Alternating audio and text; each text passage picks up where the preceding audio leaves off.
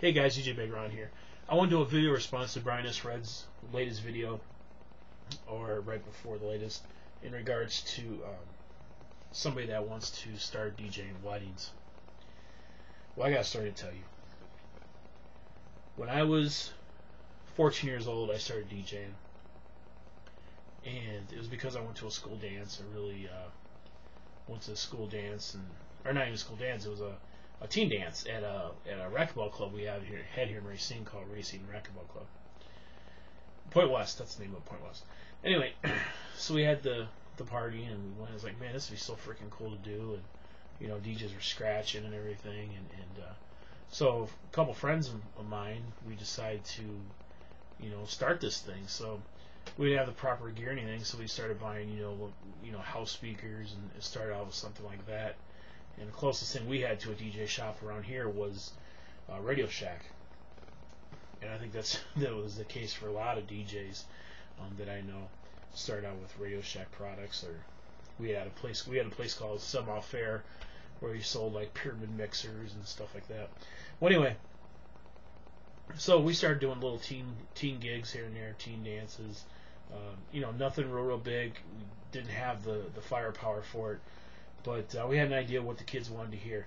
Now, keep in mind, we didn't have, there was no internet, so we weren't able to legally download any music, or even if we wanted to download illegally, we couldn't do that either, because there was no internet really back then. It wasn't accessible. Okay, we didn't have Google like you guys have now. Okay, or YouTube at that. So we pretty much would go to Mainstream Records down on Main Street and purchased all the latest 45 CDs, 12-inch vinyl, whatever else. You know, we you know, get all the latest stuff, or cassette tapes. When I hit 17, I was in that era where there was still a lot of vinyl, and CDs are really making its way in, and you still had cassette tapes. So I had, at that time, I was using all three different types of material. Okay. So anyway, later on, when I hit about 17, I got a phone call from a friend of mine that their manager was getting married. I'm like, hell yeah, I'll do it. Now, I'm not thinking clearly that there's a lot to a wedding, which I didn't care, because I wanted that $250. Okay, and that was the most I had in a long time. So I go ahead and do this gig. Got my tape deck, got my CD player, which I still have to this day, and a little pyramid mixer, and a red beacon from where was it? Radio Shack, and the wooden-looking fake wood strobe lights. Some of you guys remember those. That's what I had for gear. And back in the era, I did a lot of teen gigs, so I was playing a lot of rap, a lot of R&B, freestyle, stuff like that. I didn't know shit about country, and I didn't play like a lot of rock or anything at a lot of gigs I did. But when I had this gig, I knew I'm going to have to venture out a little bit. I can't play what I want to hear. I got to play what everyone wants to hear. And when that happened, when that gig came about, and they were asking for all these requests like Brown Eyed Girl or AC/DC and all these other ones, I had no clue what to do. I was lost. Even if I had it, I wouldn't know when to play it. Just because you have the music doesn't mean you know that you can just play it. You got to know when to play it too. And I messed up that wedding.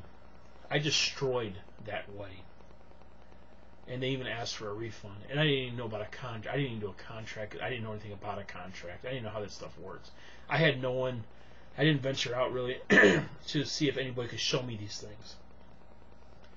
A lot of it is because of the fact that in my area, in Brian's area, and Allen's, and you know, maybe even Chicago area,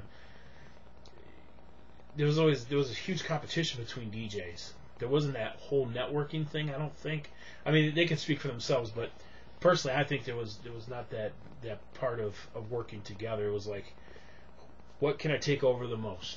You know, what city, what town, whatever else. that's the kind of vibe I got being around here sometimes. When I was younger, this is years ago, okay? No offense to anybody that lives around here. So I was intimidated. I didn't ask for help. And because I didn't learn before I went out and DJ'd, I messed that wedding up. And I'll never forget it till this day. It's still in the back of my mind. That's why before gigs, especially weddings, kind of on the edge. You know, I want to make sure everything is just perfect. And if it's not perfect, it bothers me. You know, if I slip or something, if everything is in a wedding, everything has to be right on detail. Now you may have a hiccup here and there, but most part, a wedding has to be damn near perfect, if not perfect. Okay? It's not about you. It's about the bride and groom. And I'm kind of glad I don't remember what these people look like. Otherwise, I'd feel bad. Every time I'd step out of my house, I would think about how I messed up their wedding. I don't want to see that happen to you guys. You know, help the industry.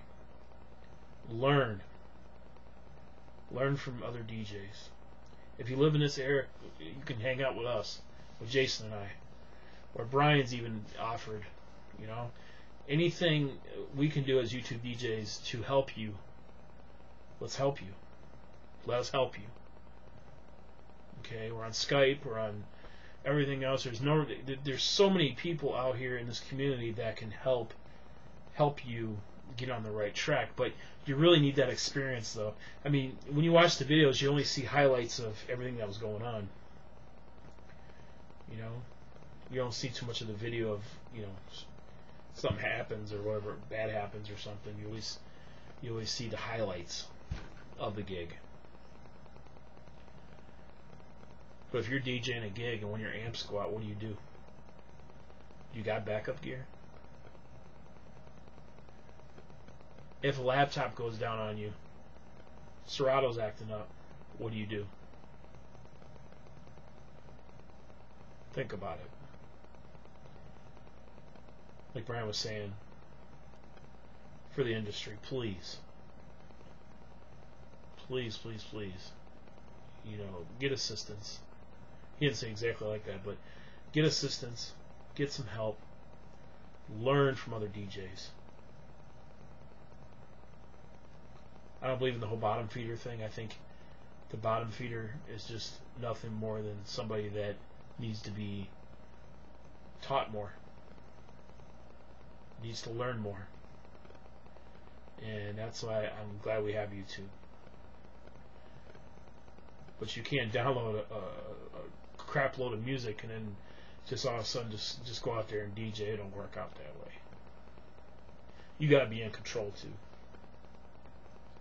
So I'm gonna let you guys go. There's a video coming up pretty soon. Just last comments about YouTube DJs Live before it kicks off, and I hope to see everybody there.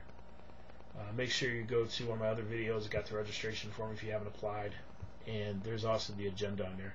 So the agenda's pretty close. Some things may be moved around a little bit, but for the most part, it's pretty much on point. So practice and enjoy.